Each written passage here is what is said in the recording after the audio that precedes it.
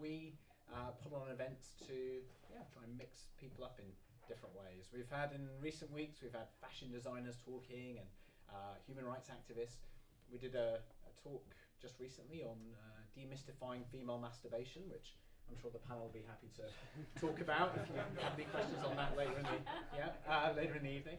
And but tonight is a real highlight for me, not just because Dan's an old mate and has written a brilliant book, but also because we're so fortunate to have Tony and Gabriele and Raphael, such a brilliant panel.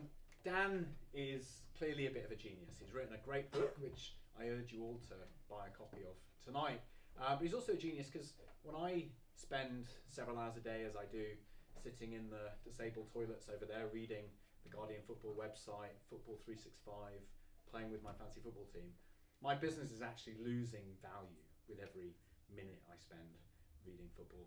Dan, when he thinks about football, gets to bill people as a lawyer and makes money out of it, which is pretty smart. And he's written a great book. So the way we're going to do this, if it's all right, is I'm going to abuse my sort of prerogative as chair, ask Dan a few questions, and open it out to these big brains, and then open it out to all of you. So do have questions ready for the guys up here. Dan, let me just try and sit down.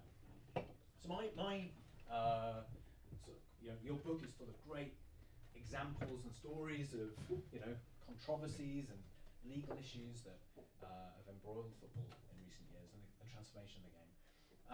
There's a great you talk about the Luis Suarez example, and you're a Liverpool fan too. Tell us all, sort of from a lawyer's perspective, what on earth happened with that £40 million and £1 bid? What was going on with the contract, and what really went on? So if I can first say thanks, Rohan, for inviting us all here. Thank you guys for making me look a lot better than I would otherwise normally do.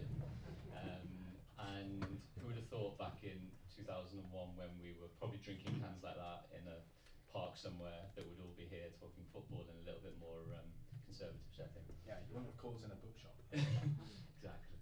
And so, book done deal, Luis Suarez. Tony can probably talk about it as much as I can, but the basics were, a few years back when Suarez was playing for Liverpool, he supposedly had a clause in his contract which said that if anyone bid more than £40 million for his services, he could move to another club. And so somehow got out through various media outlets that he did have this 40 million clause. And so what did Arsenal do? They decided to bid £1 over the amount, which led to Mr. Henry at SG deciding to write a tweet saying we don't know what they're smoking over at the Emirates, and which led to a pretty contentious situation where effectively the PFA had to get involved, because Liverpool said, well, yeah, there may be a clause, but actually it's not an automatic release clause, it's just a good faith clause, which means that's fine, you can bid that amount, but then we enter into a good faith discussion and negotiation on whether we do the transfer. Whereas my biggest nightmare is drafting a clause like that and actually it not being automatic, which is if you bid 40 million plus £1, which is over the amount, it's an automatic clause, which means the club has to release the player and then the transfer goes forward. And it obviously wasn't drafted well enough, otherwise then he probably would have headed off. Sorry, can I ask a question? I know you got lawyers get paid a lot of money by the hour, but what kind of tin pot lawyer would put a clause, such a badly written clause, into the contract? And I know that if you don't name and shame, this gentleman will. So the truth is, it may have always been a best faith clause. The rationale may not have been for it to be an automatic clause, and that was effectively the compromise in order to get the deal and his contract signed. But Tony may know something a bit different to me. Well, you'd be surprised at some of the clauses that make contracts. I mean, frankly, Liverpool's legal department at the time wasn't very good. If I give you another quick example before passing it back, and we'll probably come back to the Suarez transfer a bit later, because there is more to say about it. But the reason Rafa Benitez is at Newcastle for this season is because somehow his lawyers allowed a clause to be written into his contract that he had to pay Newcastle between 5 and 6 million if he walked out on the club. And he took legal advice from before the season, because it expired last year on the 30th of May. He took legal advice from a And some said that even though it's expired, he might even have to pay them more because he was more important to the club. So, yes, Gab makes a reasonable question, and we all think lawyers are. We all think they're like, this man here, very good, very sharp, very bright.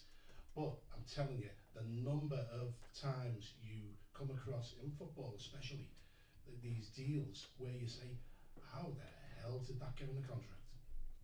Well, there's some great examples in the book, actually, of strange clauses. Dan, do you want to talk to us about, say, Neil Ruddock's clauses? Yeah, I mean, this isn't, and a lot of the stuff obviously in the book isn't because of the stuff that I've known, otherwise I'd probably been sacked by now in breaching confidence of the players that I work with. But I only saw it quite late on actually in the book, which was when I was reading a website, and it actually said that when Ruddock, who was obviously a relatively good Liverpool player as well back in his day, he had a great left foot on him and he scored a good header against United, I remember correctly as well. He had a clause apparently inserted in his contract when he was at Crystal Palace, which was that if he didn't meet a certain weight requirement, they could terminate his contract. And when he ballooned a little bit more so than the contract suggested, then there was apparently a report that they had the ability at least to be able to terminate the deal. Now, what was even more ironic was that on his debut, he actually apparently couldn't make his debut because they couldn't find shorts big enough for him. Bless him, but Amazing. Stefan Schwartz, another one. Yeah, this is the oft-quoted one of the Swedish midfielder at Sunderland at the time, having a clause which said he couldn't go into space and couldn't be an astronaut if he wanted to be. Now, why was that in his contract? Because apparently he'd made an interview a few years earlier stating that he would love to go to space one day, and so I'm not sure whether there's an eagle-eyed person at the club who then decided, well, we better make sure he doesn't because that could be a problem for us. But yeah, and the same with Stig Inge Bjorneby, for example. I know we keep on talking about ex-Liverpool players here, sorry, but his dad, I think, was an Olympic ski champion from Norway, so Liverpool put a specific clause in saying you can't go skiing because that might actually improve your performance. Well, so let's talk about some of the kind of legal issues that have kind of wide implications, and talk about with the guys as well. In your book, Dan, you lots given over to financial fair play, and which I'm sure everyone here has a sense of. But could you just, as the lawyer in the room, or one of the lawyers in the room, could you just sort of just summarise the key points of financial fair play? Yeah, I mean, it's pretty clear in my book and a lot of blogs I've written that I am more of an advocate than others about the system generally. In brief, the idea that UEFA proposed in 2010 and implemented a few years afterwards was that clubs should live within their means, should break even, and should have some type of long-term sustainable rationale to them. Previously, a lot of clubs, some number of clubs in the UK, Leeds, Portsmouth, and plenty of clubs abroad, went into administration, had real financial difficulty, and one of the aims of FFP at the time was to make sure that clubs balanced their books in a bit more detail, in a little bit more conscious way.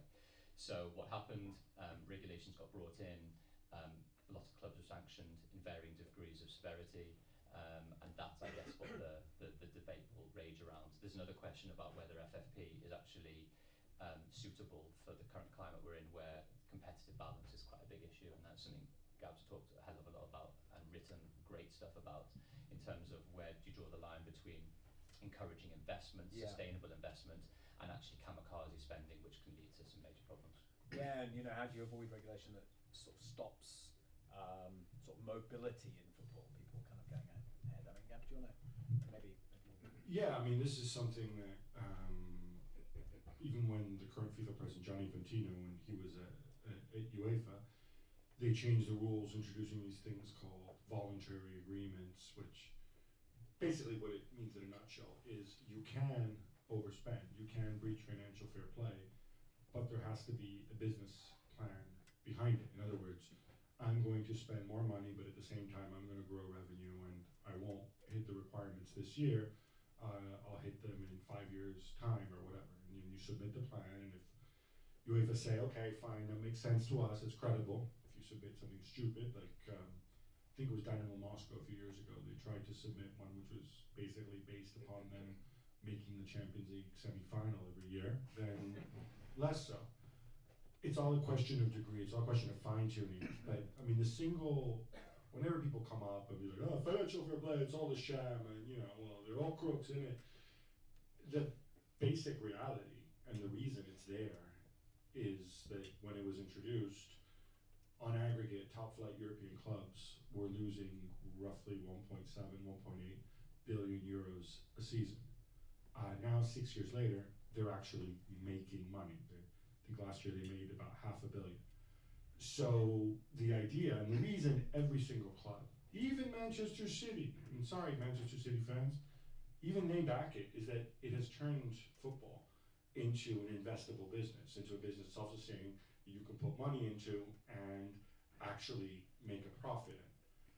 That's the idea behind it. Now there's obviously all questions of degree and how do you implement it fairly, how do you achieve a better competitive balance, and that's a really complicated issue.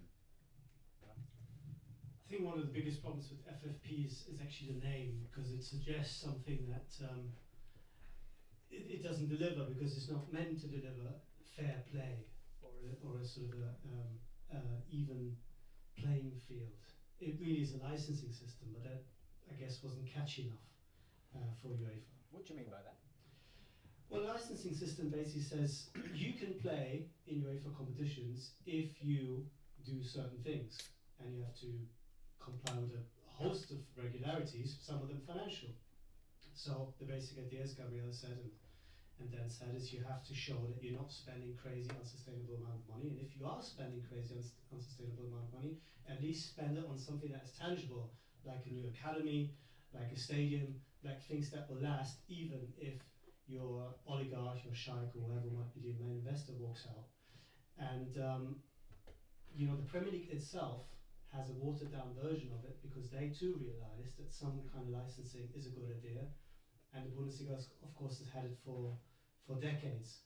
So I think people kind of react, as often in football, very emotionally to this idea and find that it's a very kind of restrictive and doesn't really provide for fairness and for opportunity for a minnow to grow, but it really shouldn't be thought about that. It should be thought about just ticking boxes if you want to compete. And one final thought, and again this goes back to Manchester City, no one forces you to play in the Champions League.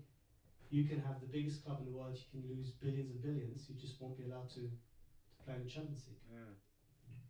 And on the Man City, Tony, Matthew Saad wrote a really good piece in the Times, definitely saw it just recently, saying,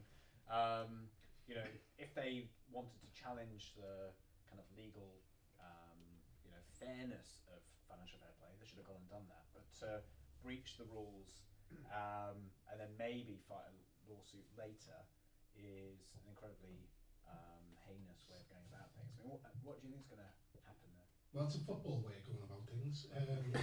Certainly, I think it's. Man City sent out a signal according to footy leaks. Back in the early 2010, saying basically, we'll get our lawyers and we'll tie you up in court. What thinks going to happen? There are a lot of people at UEFA who are really unhappy with City. Unfortunately, they're not the people with the power. There is a strong feeling from those who are on or around the Financial Fair Play Committee that some sort of fudge will be worked out, and City will, if not get off scot-free, but avoid any serious sanctions. There'll be compromises, and in many ways, and go back to Daniel on this. It's difficult for UEFA, isn't it, or FIFA, having a trans-territorial organisation. If it goes to the courts, generally they don't really back them too much, do they? Yeah, I mean, the bigger point is, and the first point just to mention, is that I'm not a big fan of football leagues generally. Although some of the info is out there, a lot of the ways it's possibly actually being sourced could well be illegal. We don't know the answer. The other point worth mentioning as well is that it's really difficult to see everything in its own vacuum and context, and that becomes very difficult if speak, or they're just providing certain information, i.e. the real hot bits, that becomes tricky. Ultimately, it will be the investigation led, and there's a number of investigations apparently, the FA, UEFA and the Premier League, because they all have their own set of FFP regs, FA on third party ownership, which I know we're going to talk about. Ultimately, what they're going to have to do is put their case forward based on the investigation, and if they ask for particular evidence and documents, that's the issue. The other issue that I remember, I think I wrote a really good piece on recently, was that one of the points is whether they've actually complied in good faith with their original submissions. That's as part of the issue as much as anything else. There may be irregularity or otherwise, but actually if they haven't actually complied with their obligations originally, that possibly becomes an issue. So I mean, you know, and this view that there's two sort of big things wrong with financial fair play. One is that it makes football more investable, but that's of great benefit to the owners and investors rather than say the players per se. That the owners are making sort of more money. And secondly, I think this point about how much harder it is now, even harder than before with financial fair play, for teams to break into the sort of plutocracy at the top. I mean, what do you think about that? I think the problem, and economists have a term for this, which I don't quite know, but I don't quite remember what it is. But when something happens and when there's a phenomenon, like as you said correctly, I mean, we can all see the extreme polarization in football, and financial fair play comes along and it coincides. Is financial fair play the reason for it? Right. Let's try to imagine what it would look like if there was no financial fair play. Yes, you might have another, perhaps, I'm not going to use Raf's lazy journalistic stereotype of Russian oligarchs and sheikhs, so maybe it's a wealthy German billionaire. Yeah, they come in and they lose tons of money while trying to catch up.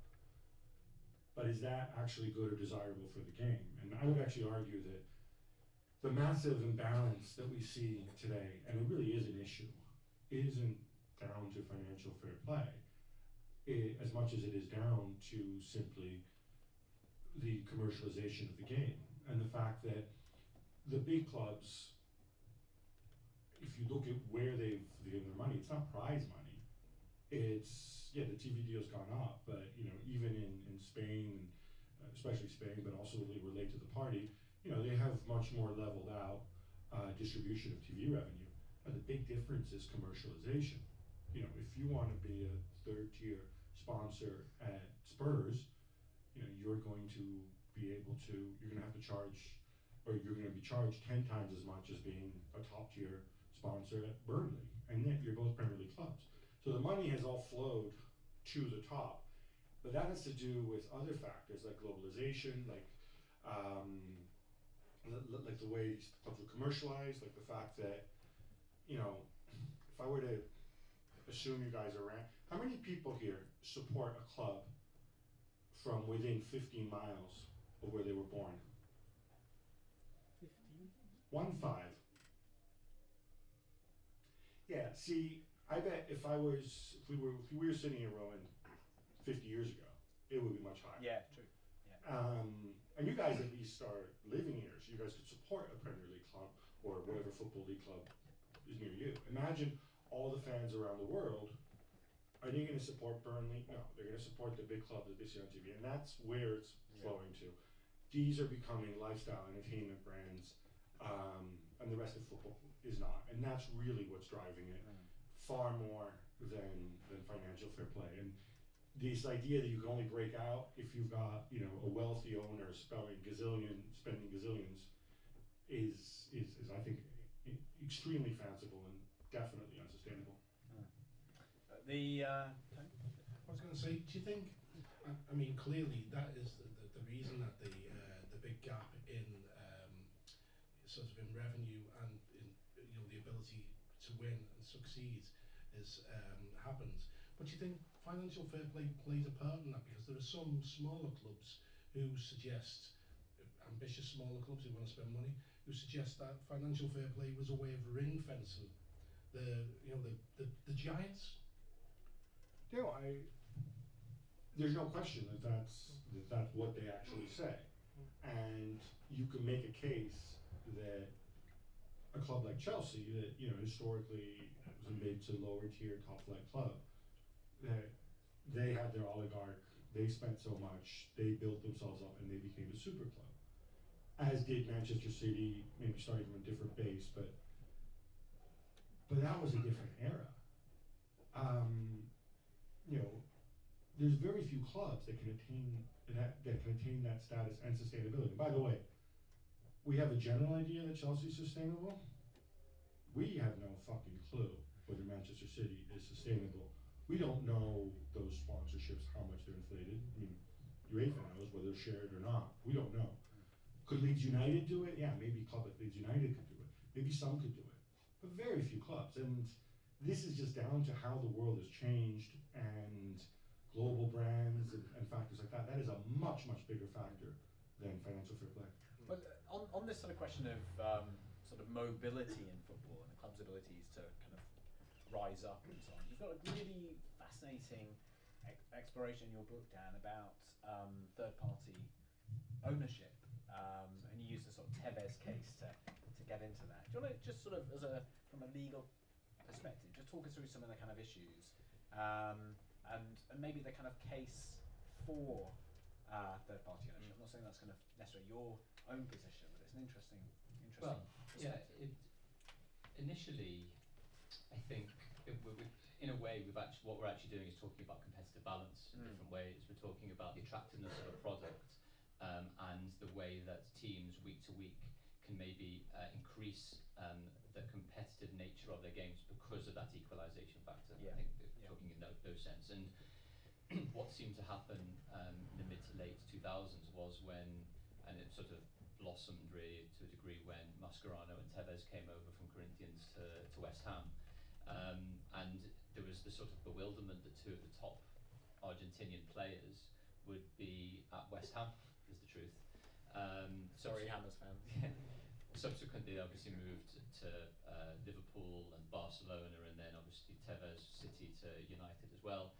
And the issue effectively was whether a private company could have a contractual right to a transfer fee that was paid to that club. So again, what was reported was that even though a lot of money was paid to West Ham for the Mascherano transfer, for example, a lot of it actually funneled is the wrong word, but was effectively then paid to offshore businesses that had taken a risk on maybe investing in that player in the first place. Now, there are plenty of downsides, which are a lot of people saw third-party investment as a way to be able to speculate on players, to invest at a particular time and then see huge up gains, which effectively doesn't sit very well with me as a football fan who wants to still imagine that there is some type of loyalty in football. The flip side of that is teams like Porto and other teams who had major competitive disadvantages because of their domestic TV deals, because their revenues weren't as high, could de-risk their transfer policy by being able to partner with these type of entities and then come up with innovative arrangements to actually then showcase very good players on the international scene and then sell them for huge profits, which benefited the club and the company. FIFA then a few years ago decided to ban the practice, decided against regulating it at all, which was something that was discussed for quite some length. And literally that was that. And it came as quite a shock because there was a big stakeholders meeting at particular times where FIFA was actually debating what to do with TPO, and then suddenly out of nowhere they came up with we're banning it before actually the outcome of that stakeholder discussion actually occurred. Really interesting, right? So correct me if I'm wrong, but so you can no longer own the economic rights to a player as a third party, but you can still draft contracts in a way that you as a third party benefit if the player is getting sold on. Well, you're going to have to give me an example then. But the point generally what I'm is, saying is, well, you can sign, Porto can sign player XYZ, yeah. and whereas in the past some super agent, we don't know who, might have had an actual stake in the player and said, 30% must go to me. Now it's just phrased in a way that says, in terms the player will get sold, XYZ is due as a commission. So it's a slightly different point. So what we're not saying is that's not ownership of an economic right. Correct. It's a agreement with the selling club and an agent to say if you get a transfer fee of X number for us to sell the player to someone, then we will give you a certain number depending on what transfer fee you manage to get. Correct. So I'm suggesting that That's is the no effective. different. Yeah. I'm suggesting this is the effective way around this problem. I'll give you another example, which is what a number of agents have done, purely coincidentally, of course, from a man named Pini Zahavi is one, but he's not the only one. He's simply gone and bought football clubs. And right here in the Premier League, although they get very aggressive when you bring it up, and so weirdly everybody's just celebrating how wonderful it is, the other club, Wolverhampton Wanderers, who are owned by a man who also owns 20% of the world's biggest agency, Gesti Food, which is run by Jorge Mendes. And we've all kind of become immune to it. We even have people in the media and ex-players who don't seem to view this as a conflict of interest. And since there's a lawyer here, I'd love to know, isn't this kind of the very definition of conflict of interest when the man who is your employer is also your agent? Question, guys.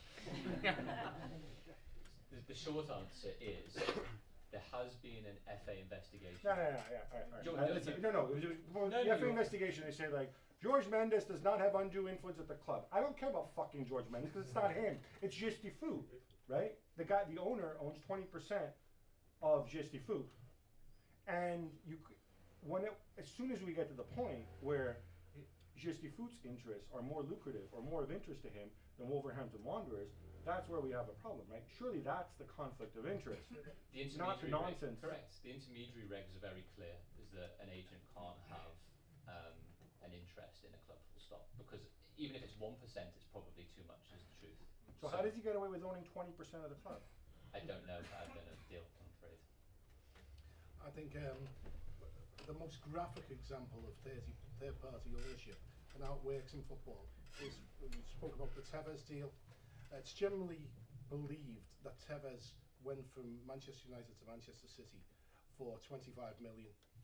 In reality, he cost Manchester City 47 million, which was paid to Geey as agent, not to Manchester United, but to Geey, and it disappeared out of football into Geey's accounts, and I don't He's think not an agent, though, he's an advisor.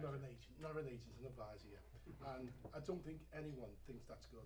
And well, I think one of the problems we have in transfer deals, and we see it quite often, is you have people acting for the player, the selling club, the buying club, and taking money as each end. And surely that needs regulating. Look, I think from my point of view, I've got a much bigger issue with that, for what it's worth, than third-party ownership. Because why should football clubs have a monopoly on investing in players, developing players? They're not. Other organisations could theoretically set up academies, develop players, help fund them, support their families, and so. The people who lose out really are the football clubs. It's not clear to me how fans lose out or the game loses out from a more sort of competitive landscape when it comes to player development. Well, sorry. You're absolutely right. And I hear I disagree with Tony a little bit. This idea of like, money's going out of the game. I'm like, okay, so if money did stay in the game, where would it go? Right. Would it be an extra 10 grand a week for Kyle Walker? Would it be, an extra Bentley for Roman Abramovich? What are we talking about?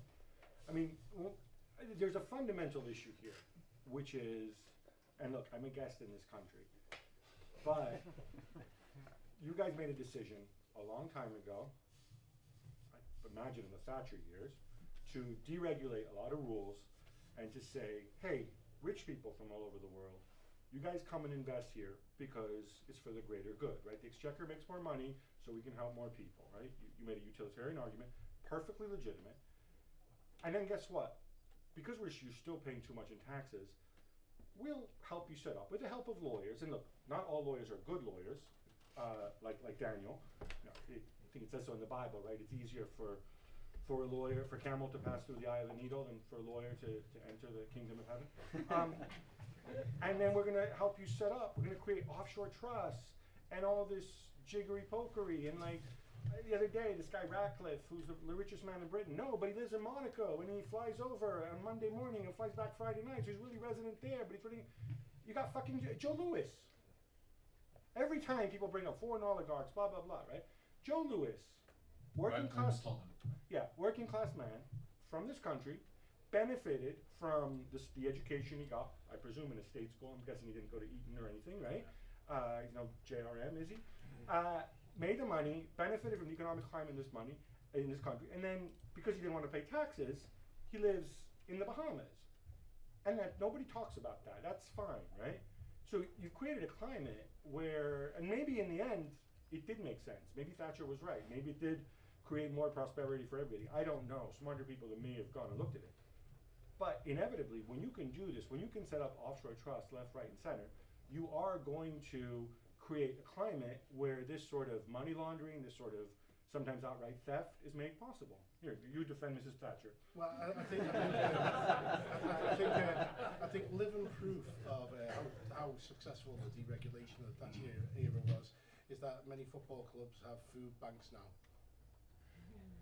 So one of the things we touched on there, one of the subjects we touched on there were football agents, and the Alex Ferguson and Mike Morris wrote a brilliant book together called Leading, and in it, Fergie says agents have become like tsetse flies. These days they're everywhere in football, and almost all of them do nothing but feather their own nests and mess up the relationships that players have with clubs and managers.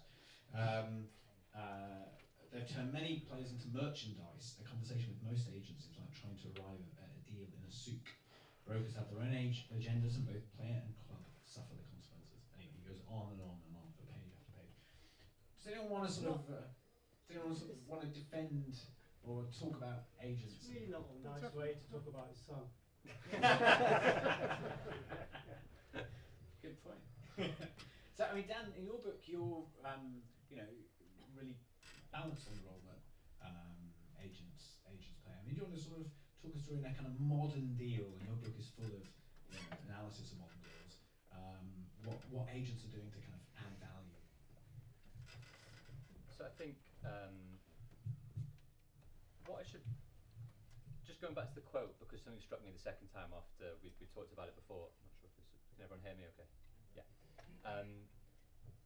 I think that quote is taken from a golden age of where clubs were exploiting players, were exploiting weak negotiation positions of players. Where I think, you hear the stories of like the forward from Luca that was in the book. The forward of the book for Luca says is that his old chairman negotiated his new deal with his new club. So who knows who was exploiting who in those type of relationships? Was the old chairman getting more transfer fee, which then he negotiated a smaller wage for Luca? I think ultimately what has happened, and maybe in some instances has gone too far, who knows, Bosman, TV deals, all of the revenues coming into football, etc. But there is a huge part that agents play, and a variety of different roles that agents play. Vested interest. I work with a lot of agents and players, so I can see the good as well as the everything else.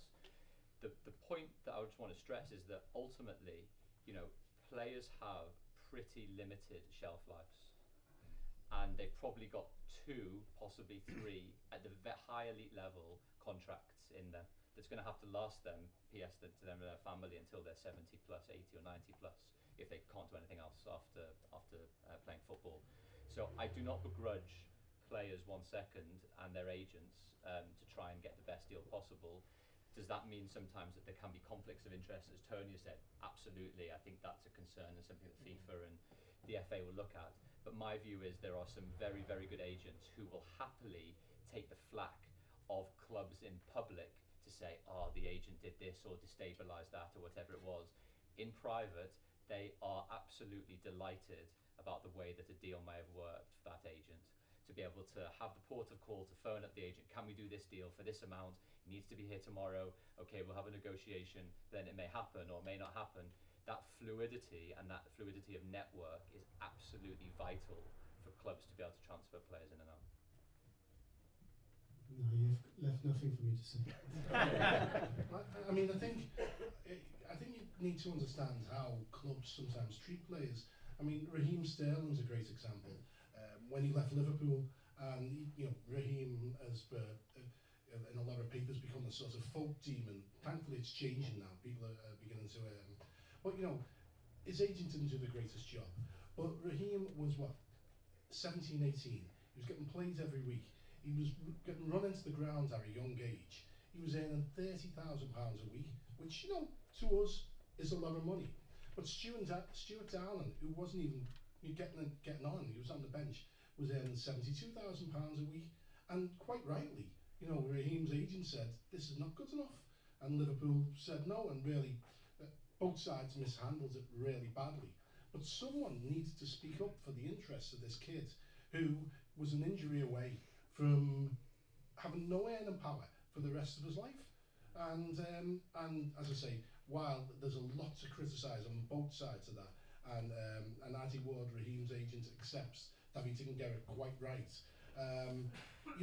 Players need agents, and I personally would rather see the vast amount of money generated by this game go to the people who are playing it, instead of investors, people behind the scenes, owners, and I think the vast majority of agents that I've dealt with are pretty good. The minority of bad ones are horrible. But the fees have really, and you do chart this in your book, Dan. The fees have really ramped up fast in recent years. I mean, they seem to be outstripping even the transfer fees themselves. So, do you think there will be or should be action, FIFA, UEFA, Premier League, just to at least cap agent fees? So if I can just say one more thing as well, just on the agent point that I forgot, is that it's generally a pretty insecure business as well. As much as everybody sees the high-profile deal, getting X amount of money, commission over a long period of time, whatever it may be, the thing that I note from, which I've sort of mentioned in the book a little bit, is everybody is looking over their shoulder because it is really, really competitive, if that's a very friendly word of saying what everybody else knows I'm trying to say.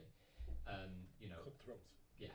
And players quitting their agents, swapping agents. An agent may have invested a lot of time in really cultivating a relationship, only for another agent to promise the world and move and do whatever they need to do. Now, my point on the capping of fees, which I'm totally against, is, and I mentioned it right at the end of the book, is I don't know why football should be seen in isolation from the rest of society. Gab talks about this actually in quite a lot of pieces that he's written, but also just talking about the context now. It's like, why stop at football agents?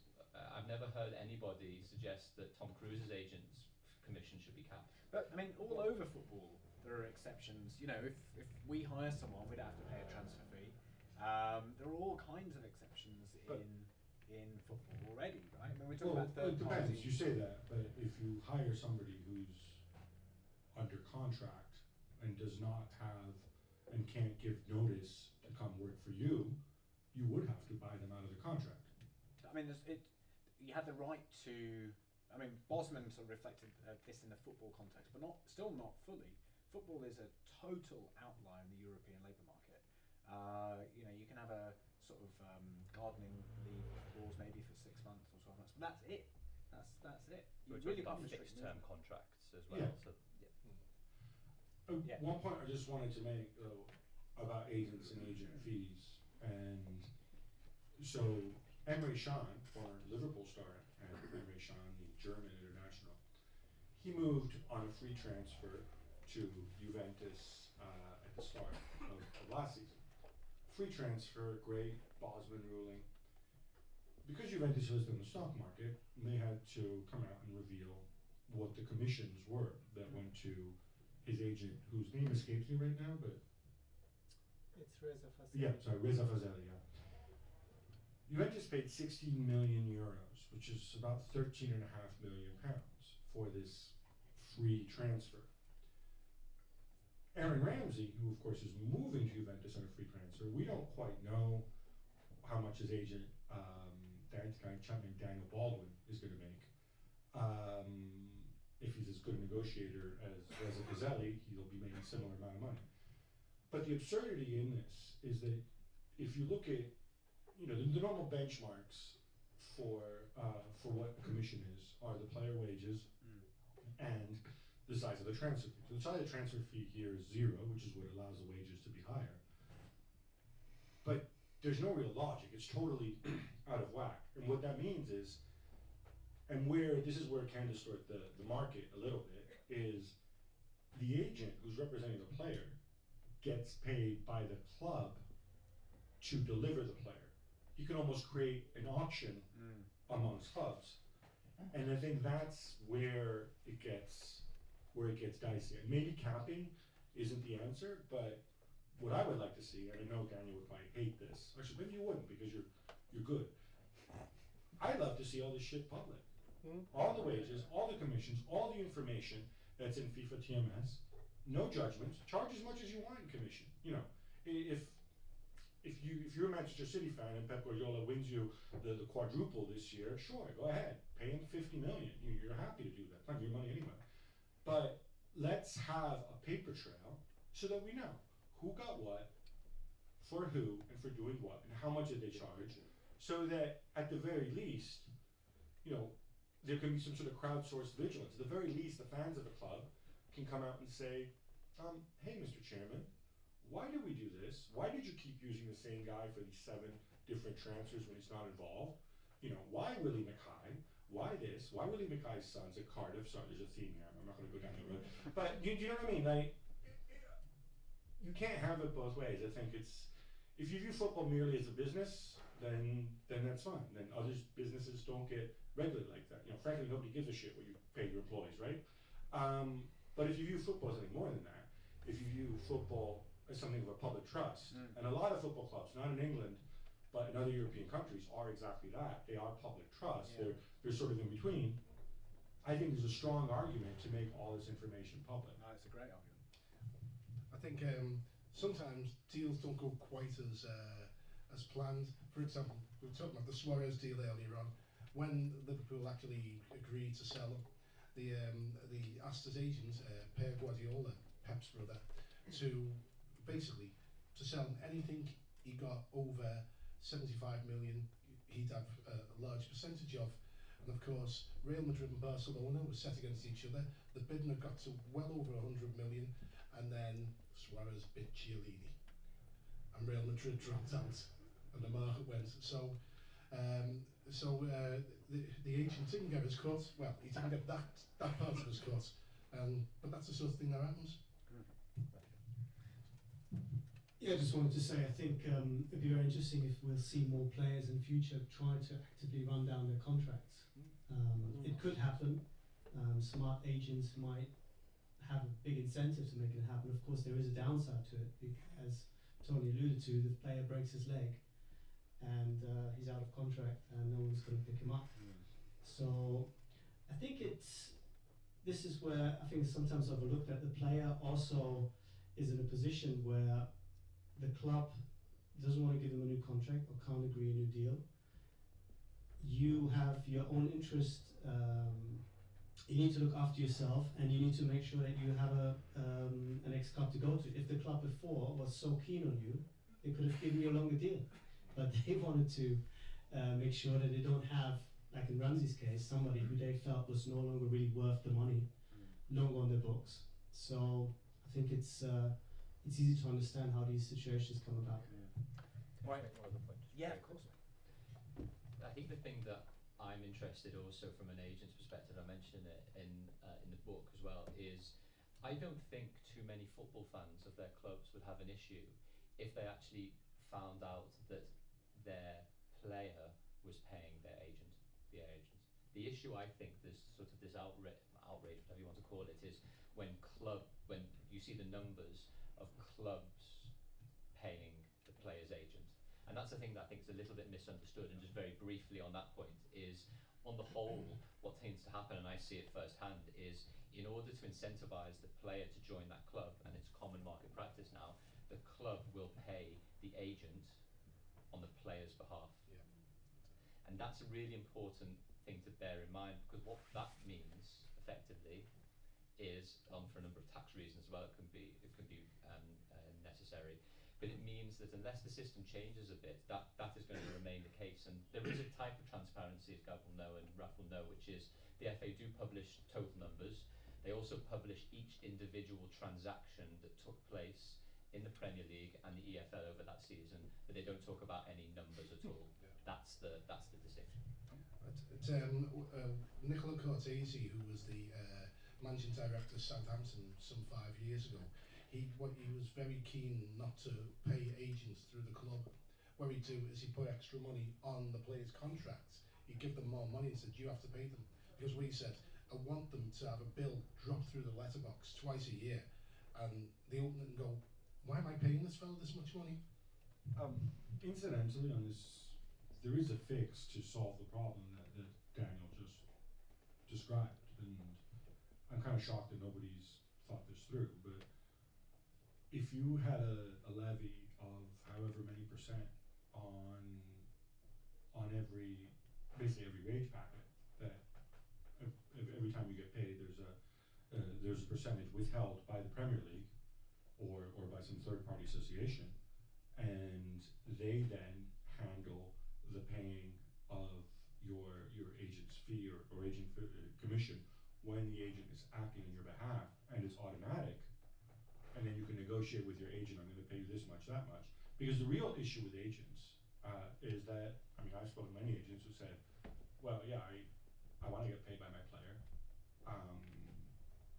But if I invoice him, you know, this guy's like 24 and owns 7 Bentleys. He's just going to, or this guy's Mario Balotelli. What do you think he's going to do with the invoice I send him? Well, then what am I going to do? Sue him for non-payment, and then I just lose it, and I get the reputation as the agent who sues his clients, and then my career is over. So there are fixes around this, but again, I don't think it suits certain individuals, and in this I include both agents and clubs, because you know people always depict the agents as the bad guys, but there's always an enabler on the other side. That's before we even get into the issue of bums. So I think there isn't enough of an appetite for this. But Daniel, could some sort of clearinghouse like that work? Well, absolutely. So, but the issue there is, and without wanting to blind everybody with taxation of footballers. Don't bring up the VAT. No, I won't bring up VAT. Okay. I'll bring up the Benefit benefit in in kind kind payment. So payments. the reason why things are structured currently the way they are is so that players don't have to pay the full percentage of what they are entitled, that their agent are entitled to. So clubs pay the player's agent partly for club services and partly for player services. And then if that's the case, instead of paying your agent 5% of the deal, what effectively happens is the player has to provide an annual return to the tax authorities of 47% of the benefit in kind value that the club has paid to the agent. So in a way, HMRC in the past have seen that as possibly a disguised way of remuneration, and that's the issue at heart. But ultimately, you're totally right, Gab. I think that if there can be some clearinghouse, as long as everybody thinks, right, a player pays his agent, then the question mark is the mechanism how that payment works. And that's not the other realms Just of briefly on possibility. this, there's a very good, I know you're not a fan, but there's a very good Football League story on exactly that, with Michael Ballack getting invoiced by Chelsea. Chelsea were invoiced by HMRC. Chelsea tried to get the money back from Michael Ballack, on especially that reason, but he got out of it with a very interesting little trick, so it's worth reading. All right, well look, there's so much else I could be asking them about to do with the future of the Champions League, what FIFA are up to with their kind of new club tournament. Anyway, so much else. But I want to open out to all of you, including you in the terraces at the back. Do we have a microphone, or shall I have Safe standing. mine? Safe standing. Yeah, so just stick up your hand if you've got a question. Yeah, there's someone right at the very back. Someone on the street. Yeah. ask, what's going to happen with the transfer bans apparently for Chelsea and Man City? As an Arsenal fan, does that mean we're going to win the league next year or what? Well, there's a simple answer to the Arsenal part of it. No.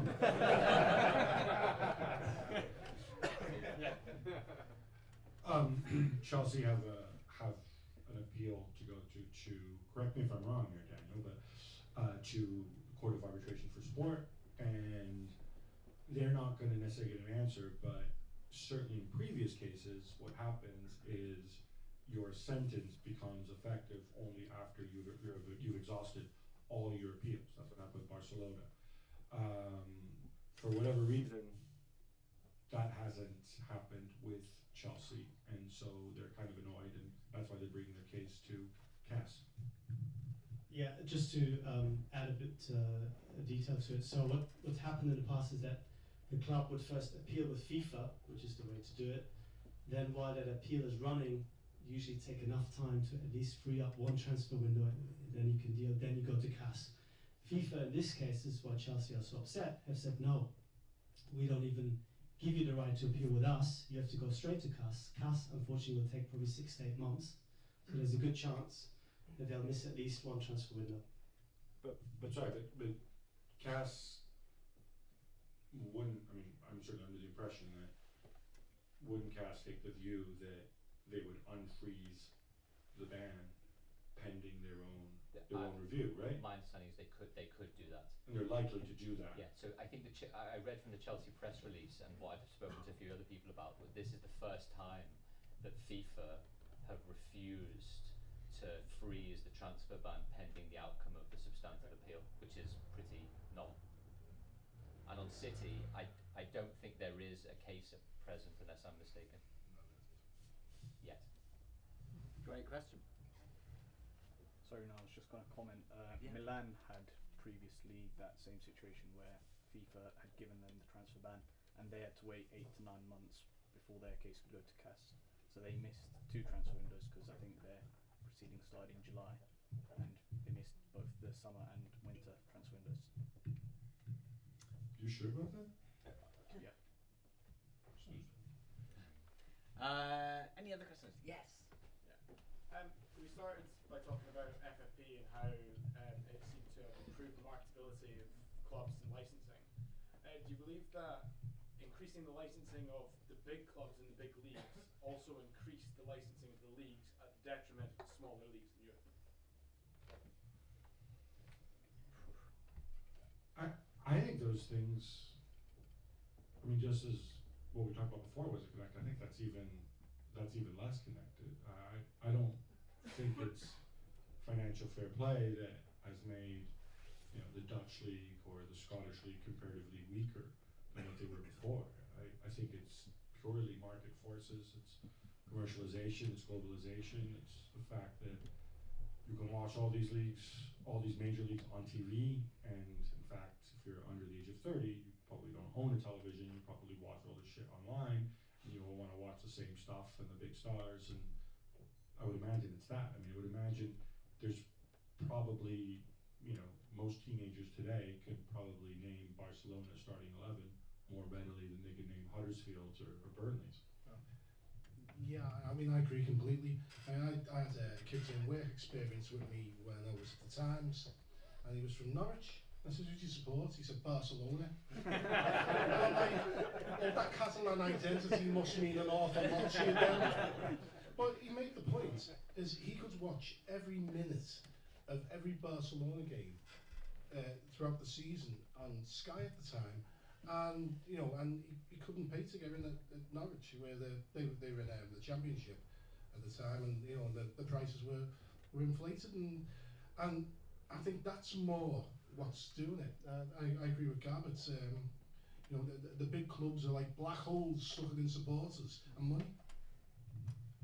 Yeah, I mean, I used to, but not anymore, get into arguments on Twitter with Manchester City fans, for example, about this subject. What they don't understand is the reason that the ECA, which represents 200 odd clubs in European football, was sort of overwhelmingly in favour of this, and they're made up by a lot of these smaller, big teams in smaller leagues, is because they said we are already at a huge competitive advantage, but if we're now not just up against a Man United making money, but Manchester City losing money, we're basically dead, because you can multiply that times 100. So they supported this because they thought at least it doesn't make our already big disadvantage even worse by taking on entities that lose money. No, just about this, since I don't want to give us the impression that we're all super negative about football and the future of football. There are little glimmers of good news. One of the things that they're looking at, and this is both within UEFA, but also FIFA via what they imaginatively call the stakeholder committee, is, okay, UEFA handles financial fair play within Europe, we can't get involved in that.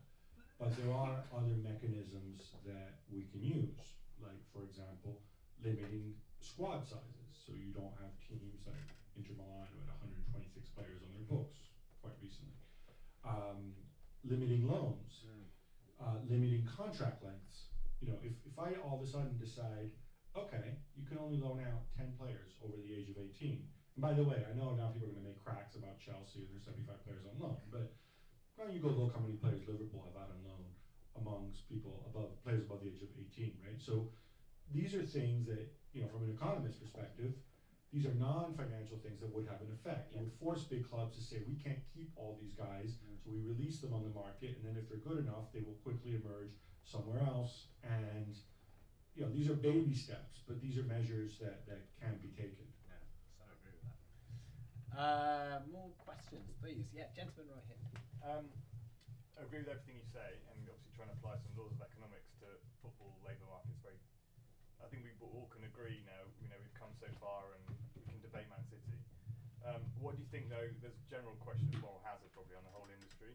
What do you think the catalyst might be for change? Would it be, for example, a player finally demanding £1 million a week, and then it flips on the club? What will actually change? Otherwise, we'll be here in 5 years having a very similar debate. Well, I might just put the opposite view across, which is I don't think it's to do with whether a certain arbitrary benchmark figure is reached, like is it 500 grand a week, is it £1 million a week, whatever else it may be. I think ultimately, subject to the guys that have been in the industry a lot more than I can say, is my view is it's where are the current revenue streams and how will they continue, and how will they grow, expand, multiply in different ways. And my view is I don't necessarily agree with Simon Jordan on a lot of things he said, but he I definitely think read the blog that I wrote about 5 or 6 years ago. I'm not taking any credit for it at all. Is on digital disruption basically, and especially in the Premier League. Whereas at the moment we have quite an interesting duopoly, soon to be what's triopoly? Yeah. New word I'm coming up with. Where Amazon are coming into the live broadcasting space in the UK for Premier League matches from next season, small as it is.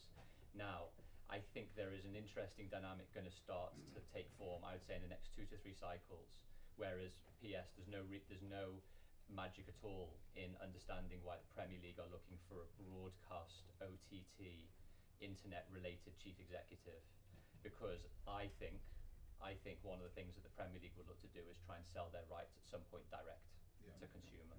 Now, if that's the answer, very quickly, if that's the answer, then a very different model of football comes out of the woodwork. It's something UEFA are already starting to do with a number of their non-core rights as a benchmark, and it's something that I think is very likely, bearing in mind US sport, the season ticket products that MLB have and others have, which to me feels like a new sort of stratosphere to be able to bring extra revenue and miss out the broadcast.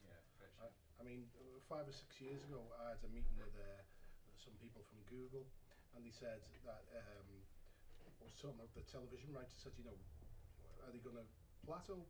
And they said no. They said they were talking about Amazon as well. They said the platforms weren't around to get football out cheap on a massive level. He said, but the technology will certainly be available within the next 10 years.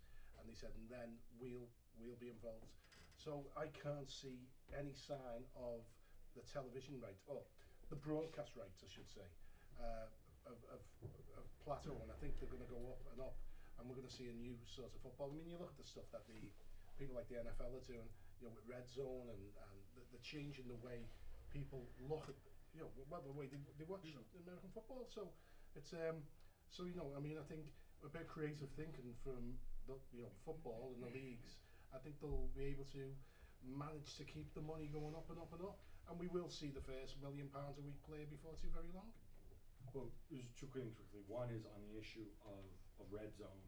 I'm assuming you guys all know what that is. I actually don't. Basically, in the NFL, when they have a bunch of games going on at the same time, you can either watch your team or you watch this thing called the Red Zone channel, which is